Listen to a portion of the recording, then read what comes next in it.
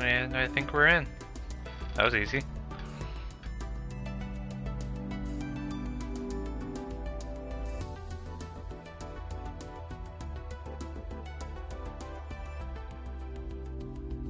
Can you hear me?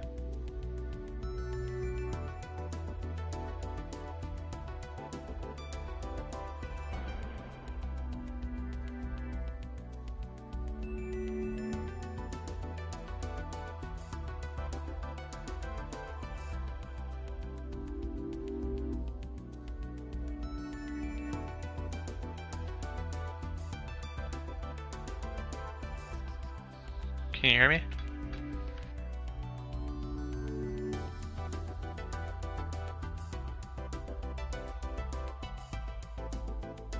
Sweet. Alright. So, Yu-Gi-Oh! Legacy of the Duelist. What we're going to be doing is we're going to be playing through the story of the original Yu-Gi-Oh! Story. I'll be reading the story and explaining the card game so that you can understand. This duel here is actually a tutorial duel, so it actually explains the rules as we go along. It also explains how the story of Yu-Gi-Oh! Starts, as far as the original TV series of it went.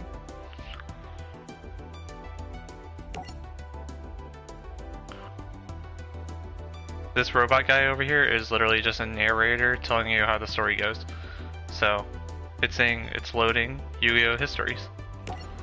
The story of Yu-Gi-Oh! begins at Domino High School, where Duel Monsters, the hardest card game in the world, was all the rage. Yugi was the best duelist around, and his friend Joey wanted desperately to learn how to duel as well.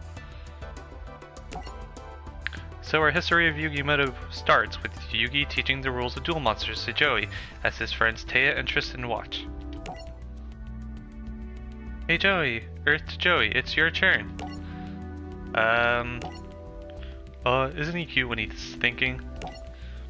Hey Tristan, Yugi's teaching me how to play Duel Monsters. Okay, thing about Joey is, in the original English dub of Yu-Gi-Oh! They gave Joey a Brooklyn accent, which is why he's written to talk this way. And I'll be trying to do the accent, but I'm bad at it. Dueling monsters? Dueling monsters, you Nimrod. Actually, writing the text out like that really helps me say it right. They've been at it for hours. Joey's starting to get the hang of the game, but Yugi's like an expert. Okay, Yugi, it's time to duel.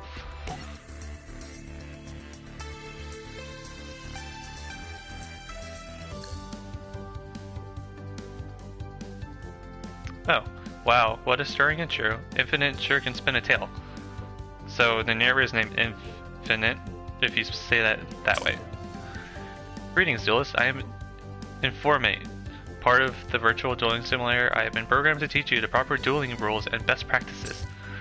So let's get started and walk you through the basics. In this scenario, you will be taking on the role of the legendary Yugi Moto, facing off against the quite not as legendary Joey Wheeler.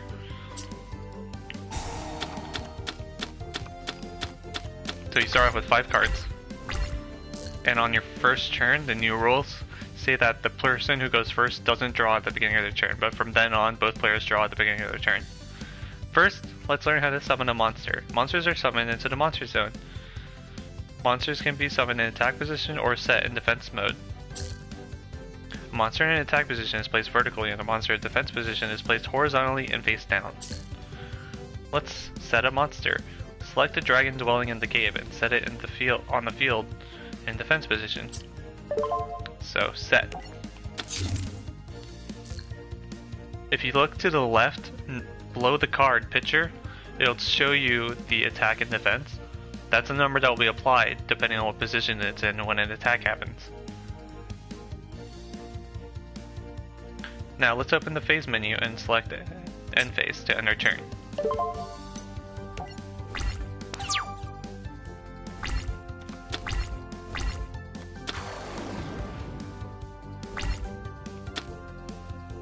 So he attacked me with a monster that had 1,850 attack points, but my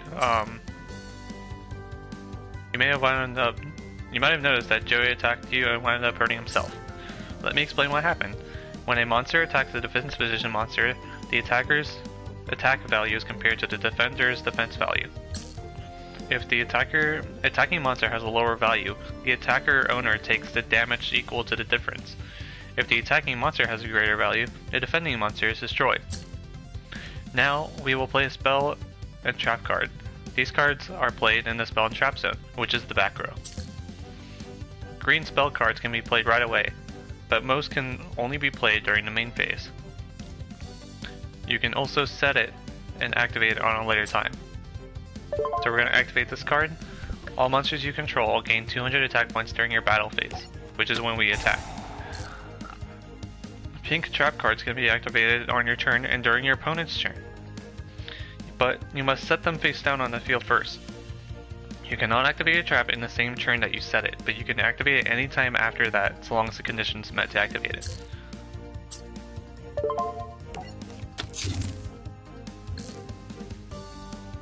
Now let's get ready to attack. Let's switch to Dragon Dwelling in the Cave to attack mode. Now let's summon Ninkendog in attack position so we have another monster that can attack Joey. So you can only normal summon once per turn, which is why I had to do this on 2 separate turns. Our attack is all set up. Let's switch to the battle phase and attack.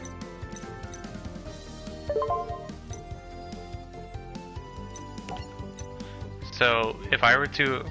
By the way, you don't take any damage if the monster is in defense position and gets destroyed. You only take damage if you're an attacking monster and you are too weak to destroy a defensive position monster, or if your attack position monster is too weak and gets attacked by another attack position monster. Right now, my Ninkendog is at 1800 attack points, but his is at 1850, which is more. But thanks to my spell card, Banner of Courage, during my own battle phase, all my attack position cards will get a bonus 200 attack, which will mean this one will be greater. So let's do it and attack Joey.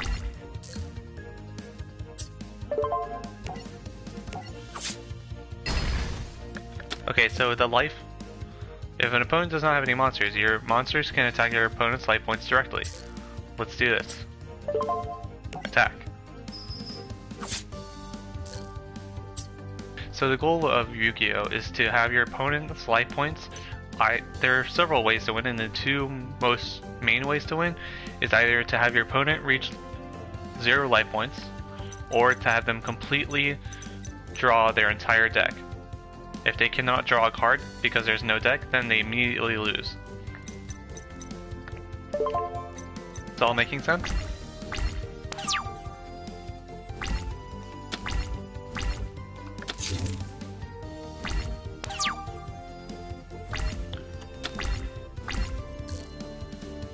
Joey doesn't stand a chance. Let's clean his clock. What? Let's clean his clock. Well then. On this turn, we will summon another monster. Up till now, you've only used monsters level 4 or below. In order to summon a monster that is 5 or 6, you must tribute 1 monster. Sending a card on your side of the field to the graveyard to summon a higher level monster is called a tribute summon. So, I have to give up one of my monsters to be able to summon this level 6 Gravy Crunch Dragon. I'm going to tribute the one that has less attack points.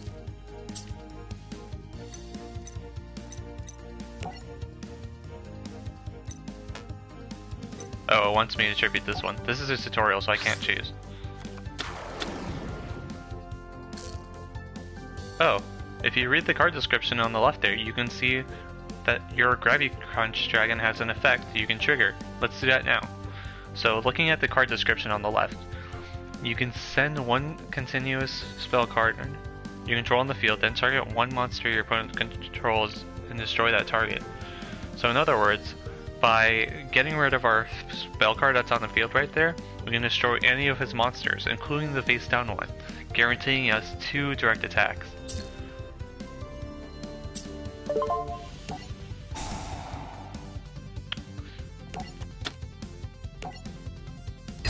There we go.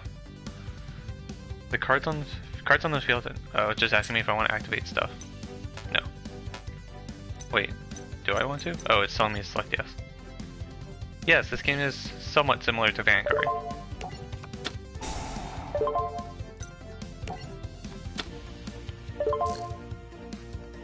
Except like the rules are slightly different, obviously.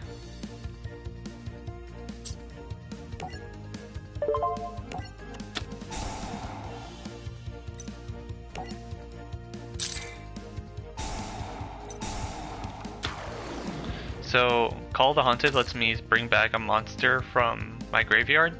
So I brought back the card that I tributed earlier to bring him back onto the field. So now I have 3 monsters. Then I chained the effect of Rush Recklessly, which lets me select any of my monsters and give it a 700 attack bonus until end of turn. And I believe we have enough to end the duel on this turn.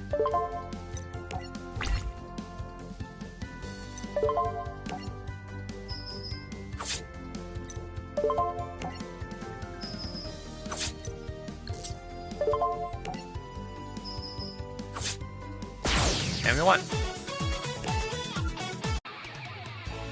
What? A card that powerful totally wipes me out. Whoa, you stink at this game, Joey. You did fine, Joey. I just had better cards. Basically how every trading card game goes. My grandpa owns a game shop and I get all my best cards from him. Yeah, own a game shop? What are we waiting for? Let's go. Okay, maybe I can even get my grandpa to show us a super rare card he's got.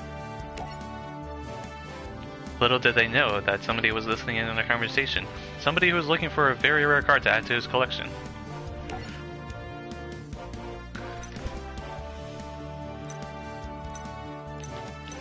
Wow, that's a lot of rewards. Okay, so this is the first duel where I don't have a guaranteed way to win, because that first duel was a tutorial. So let's jump into the heart of the card story. That afternoon, Yuki and his friends went to Grandpa's shop. Yuki wanted to show his friends his grandpa's prized possession.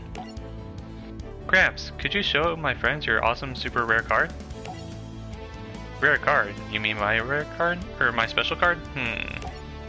Please, please. Haha, how can I refuse? You kids are... Okay. Your kids are in for a treat. I don't take this card out too often. Ready? Here it is, the Blue Eyes White Dragon. So rare, so powerful, I never let it leave my hands.